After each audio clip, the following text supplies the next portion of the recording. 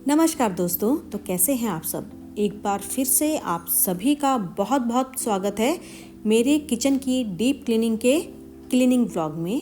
तो देखिए, ये मेरा तरीका है, साल में 1 से 2 बार ना इस तरह से पूरी किचन की डीप क्लीनिंग ज़रूर करती हूँ।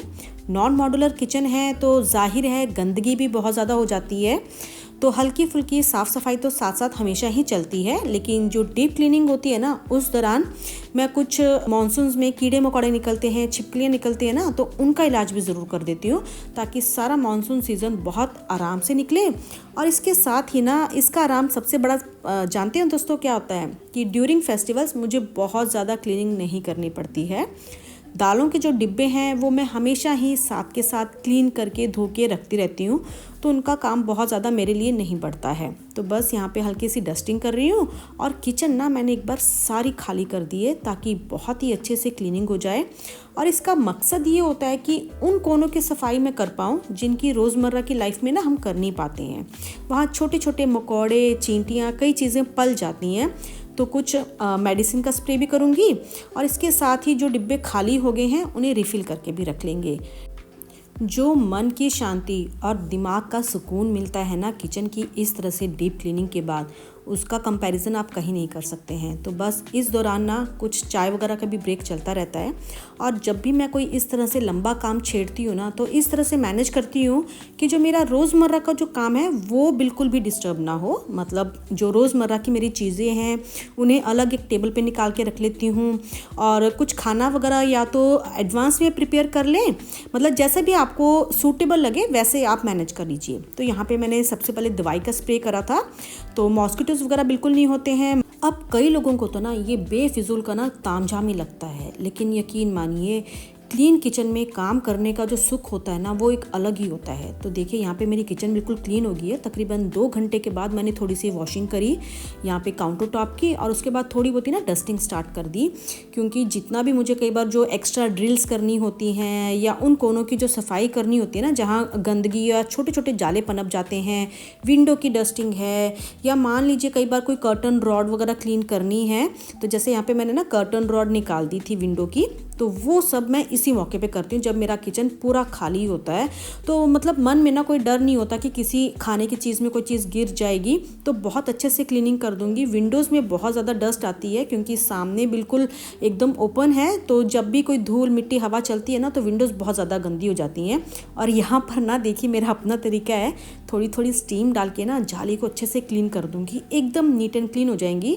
और ड्यूरिंग फेस्टिवल्स जो ऑलमोस्ट 2 से 3 महीने में तैयार खड़े हैं, तब मुझे बहुत ज़्यादा तामझाम नहीं करना पड़ता है। तो बस अब अच्छे से क्लीनिंग कर देंगे, अच्छे से वॉश कर देंगे हर चीज़, ताकि जो भी मेडिसिन वगैरह स्प्रे करी है उसको कोई भी गलत चीज़ का इफ़ेक्ट यहाँ पर ना रहे। कई बार क्या होता है ना, काम इतना बड़ा नहीं होता लेकिन हम उसका इतना ज़्यादा प्रेशर ले लेते हैं ना अपने माइंड पर, अपने दिमाग पर, कि वो हमें बहुत ज़्यादा भारी लगने लग जाता है। तो जब भी मैं इस तरह का कोई काम करती हूँ ना तो उसे वज़न नहीं बनाती हूँ, उसे मज़े लेते हुए करें। कोई प्रेशर मत लीजिए कि मुझे 2 घंटे में करना है, 3 घंटे में करना है, क्योंकि देखिए इस क्लीनिंग के बाद ना मुझे कई महीनों का आराम होने वाला है। तो मैं अपने जो रूटीन के काम है वो कभी नहीं रोकती हूँ। अगर मेरा कहीं बाहर आने जाने का कार्यक्रम है वो भी मैं कभी पोस्टपोन नहीं करती हूँ, भले ही मुझे 1 से 1.5 दिन या 2 दिन लग जाए। लेकिन हाँ देखिए, कोई भी काम कर रहे हैं ना तो इन्जॉय करते हुए करें। यहाँ पे साथ ही साथ में मैंने यहाँ पे जो किचन के टॉवल थे, नैपकिन थे, वो भी क्लीन कर दिए। मैं हमेशा अलग रखती हूँ, हैंड टॉवल्स को हमेशा अलग रखती हूँ, किचन क्लीनिंग के टॉवल्स को अलग रखती हूँ। तो क्लीनिंग इन छोटे छोटे चीज़ों के साथ ना बहुत आसान हो जाती है और आपको मज़ा भी आता है काम का करने का। और ऐसे छोटे छोटे कामों को ना कभी भी एक साथ इकट्ठा करके मत रखिए कि मैं हफ्ते में एक बार या 10 दिन में एक बार, नहीं, साथ साथ करते रहते हैं ना तो ज़्यादा समय नहीं लगता है। अब देखिए, जो ये बर्तन वाला स्टैंड है ना, दीवार पे टंगा रहता है हमेशा, इसकी क्लीनिंग तो साल में 1 से 2 बार ही हो पाती है। तो इन्हीं चीज़ों की मैं बात कर रही थी। ये वो कोने हैं जिन्हें हम सिर्फ साल में 1 से 2 बार क्लीन करते हैं और इनकी क्लीनिंग बहुत ज़रूरी होती है। यहाँ पे धूल मिट्टी जम जाती है और धुले हुए बर्तन भी तो हमारे यहीं पे टंगते हैं ना। अगर आप नॉन मॉड्यूलर किचन में काम करते हैं तो आप इन चीज़ों को ज़रूर समझ पाएंगे। अब जैसे ये फिल्टर के ऊपर की जगह है, उसकी कैंडल्स हैं, यहाँ पे कोने में चीज़ें घुसी होती हैं, ये इनकी क्लीनिंग हम रूटीन में कभी नहीं कर पाते हैं। स्विच बोर्ड हो गए हैं, जो बाहर होते हैं उनकी क्लीनिंग तो रूटीन में होती है, लेकिन जो ये बिल्कुल कोने में घुस के हैं उनकी क्लीनिंग आज मैं सारी कर डालूंगी। इसके साथ ही ना दोस्तों, जब भी मैं किचन की डीप क्लीनिंग करती हूँ ना, तो किचन एक बार फिर से बिल्कुल क्लीन स्लेट की तरह मिलती है। मतलब एक बार खाली कर देते हैं ना, तो आपका माइंड फिर से भागने लगता है नए नए सेटअप्स के लिए। तो छोटे मोटे चेंजेस भी किचन में ज़रूर करूँगी, क्योंकि जिस किचन में मैं रात दिन काम करती हूँ ना, तो उसका हल्का सा अगर लुक चेंज कर दिया जाए ना, तो बहुत ही अच्छा लगता है, खुद को भी खुशी मिलती है कुछ नया करने के लिए। तो जो अपने दिमाग के घोड़े हैं ना, वो हम दौड़ाते हैं नए नए काम करने के लिए। तो बस इसी क्लीनिंग के दौरान ही ना थोड़ा सा शॉपिंग करने का मूड बन गया। किचन के लिए कुछ छोटा मोटा सामान लेकर आना था, कुछ नया सेटअप करने के लिए। तो छोटा मोटा काम निपटाया, लंच भी बनाया। तो लंच बनाया था आज राजमा चावल, और वो करने के बाद मैंने बच्चों को कुछ छोटी मोटी इंस्ट्रक्शंस दी, क्योंकि देखिए जो नीचे का फ्लोर था किचन का, वहाँ पे भी अभी काफ़ी गंदगी थी। तो बस साथ में ही सारा काम चलता जा रहा था, और माइंड में ये भी चल रहा था कि क्या नया सेटअप करना है कुछ। तो क्योंकि जैसे जो मेरे किचन की जो टाइल्स और ग्रेनाइट का है काउंटर टॉप, ये ब्लैक एंड वाइट है। तो मेरा इच्छा थी यहाँ पे कुछ कलर ऐड करने की। तो वही चीज़ माइंड में चल रही थी कि किस तरह का कलर ऐड करूँ कि कुछ तो नया पॉप हो।